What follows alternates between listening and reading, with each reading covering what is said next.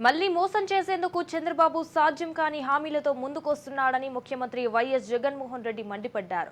Kandukur KMC సర్కిల్లో ఎన్నికల ప్రచార సభలో ఆయన పాల్గొన్నారు. ఈ ఎన్నికల్లో చంద్రబాబుది అబద్ధాలు, మోసాల ఫ్యాక్టరీ అన్నారు. ఇంటింటికి మంచి చేసి అభివృద్ధి చేసిన పార్టీ వైసీపీ అని చెప్పారు. చంద్రబాబు పార్టీలతో జత కడితే మీ బిడ్డ అందరికీ మంచి చేసి ప్రజలతోనే పొత్తు పెట్టుకున్నాడని సీఎం జగన్ అన్నారు. ఇంటికి 2000 రూపాయలు నెల నెల అంటే 60 నెలలు ఇంటూ 2000 అంటే 1,20,000 రూపాయలు. ఏమైంది?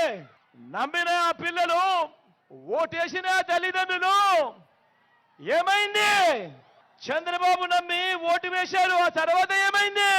గోవిందా గోవిందా.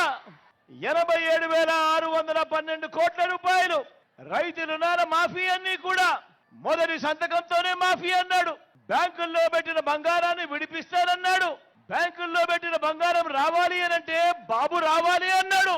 నా రైతన్నలు 2014లో ఈ మాటలు నమ్మి చంద్రబాబును ఓటు వేసి గెలిపించారు. ఏమైంది మళ్ళా?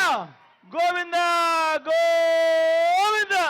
ముఖ్యమైన హామీలంటూ 14,205 కోట్ల రూపాయలు డ్వాక్రా సంఘాలకు సంబంధించిన రుణాలన్నీ మాఫీ చేస్తానన్నాడు.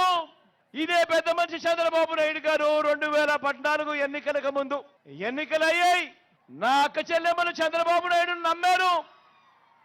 అప్పట్లో ఓటు వేశారు. ఓటు వేసిన తర్వాత ఏమైంది?